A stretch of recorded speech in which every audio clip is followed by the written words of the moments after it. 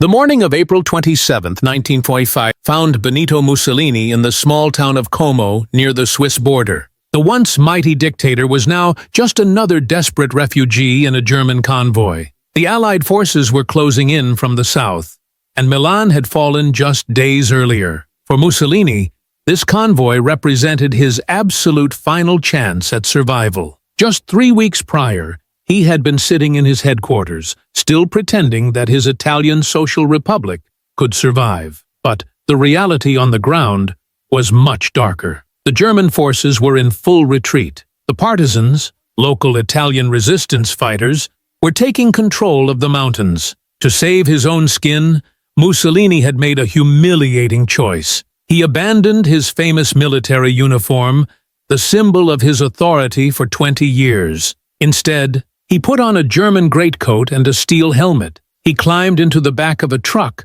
hoping to pass as a simple German soldier. It was a transformation that revealed the total collapse of his regime. The man who had once shouted from balconies to roaring crowds was now hiding his face beneath foreign insignia. His mistress, Clara Petacci, traveled nearby, refusing to leave his side. They moved north along the western shore of Lake Como, a beautiful path that was now a corridor of fear. But as the convoy wound its way through the mountains, the situation grew worse by the hour. Reports reached them of roadblocks ahead. The Swiss border guards were turning people away. The noose was tightening, and everyone in that truck knew that capture meant almost certain death. The German officers leading the convoy began to whisper among themselves. They realized that carrying the Italian dictator was dangerous, and if it came down to it, they were ready to make a deal that would cost Mussolini everything. By midday on April 27th, the convoy hit its first major obstacle. Near the village of Musso, they encountered a roadblock manned by the 52nd Garibaldi Brigade. These were not professional soldiers.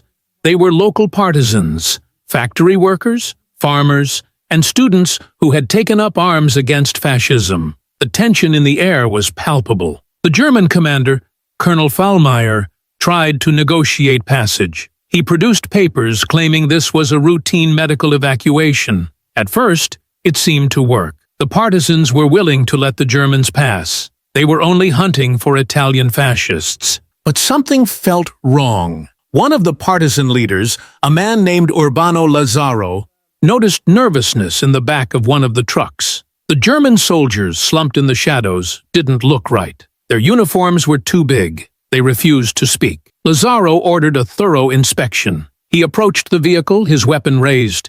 He began checking identification papers. One man's hands shook so violently he dropped his documents. Another tried to hide his face behind a collar. And then Lazzaro saw him. Despite the helmet, despite the coat, the face was unmistakable. It was the face that had been plastered on propaganda posters for 2 decades. The heavy jaw, the piercing eyes. "It's him," a partisan whispered. "It's Il Duce." The realization sent a shockwave through the checkpoint.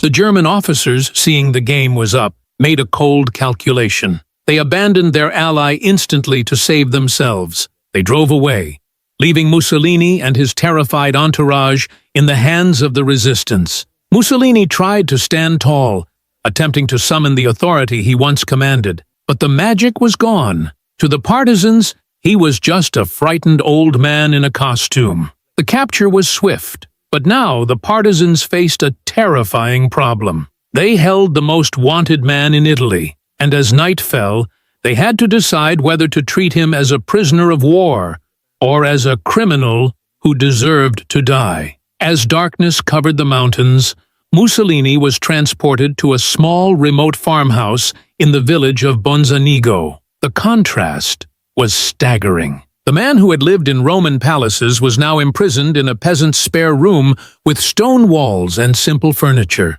He spent that long night pacing the floor, trapped with his mistress, Clara Petacci. His behavior swung wildly between arrogance and terror. One moment, he was defiant, insisting that history would vindicate him. The next, he was begging the guards for mercy, offering them gold and secrets in exchange for his life. But the guards were unmoved. These men had lost families to his war. They had seen their country destroyed. Mussolini's offers of money meant nothing to them. Outside the farmhouse, a fierce debate was raging among the partisan leadership. The news of the capture had spread like wildfire. Some leaders argued for a public trial. They wanted to drag him before a court and expose his crimes to the world. They wanted legal justice, but others disagreed. The war was still chaotic. The Allies were advancing rapidly, and there were rumors that loyal fascists were planning a rescue mission. If Mussolini escaped, the bloodshed would continue. By the early hours of April 28th, the decision was made. There would be no trial. There would be no prison cell. The verdict was death. A partisan commander named Walter Audizio, known by his war name Colonel Valerio, was chosen for the task. He arrived at the farmhouse with a grim determination. He wasn't there to negotiate. He was there to finish the job. When Audizio entered the room, Mussolini seemed to understand. He tried one last time to plead his case, but the colonel simply checked his weapon and ordered them to the car. The final drive had begun. The drive took only minutes. The car stopped in front of the Villa Belmonte, a quiet house with an ornate iron gate. It was a mundane setting for such a historic event. A quiet suburban street, far from the grand piazzas of Rome. It was 4:10 p.m. on April 28th. Audizio ordered Mussolini and Petacci to stand against the wall. Witnesses say Mussolini tried to look brave, standing straight in his oversized coat. Clara Petacci was hysterical, trying to grab the gun, trying to shield him, but it was over in seconds. The shots rang out, echoing off the villa walls. The dictator fell to the ground, his 23-year reign ending in the dirt of a roadside village. But the story didn't end there. The partisans knew that killing him wasn't enough. The people needed to see it. They needed proof that the nightmare was over. That night, a truck carried the bodies down to Milan, to a place called Piazzale Loreto. This square had a dark history. Just months earlier, fascists had displayed the bodies of executed partisans in that very spot. Now, the roles were reversed. When the sun rose on April 29th, the citizens of Milan woke up to a shocking sight. The bodies of Mussolini and his inner circle were dumped in the square. The crowd that gathered was massive.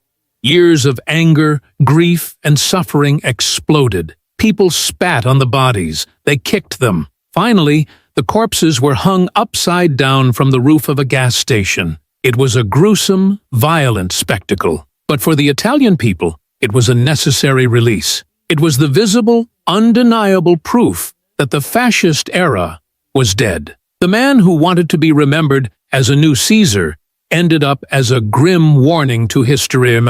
His final 24 hours stripped away all the pomp and propaganda, revealing the fragile reality beneath the dictator's mask.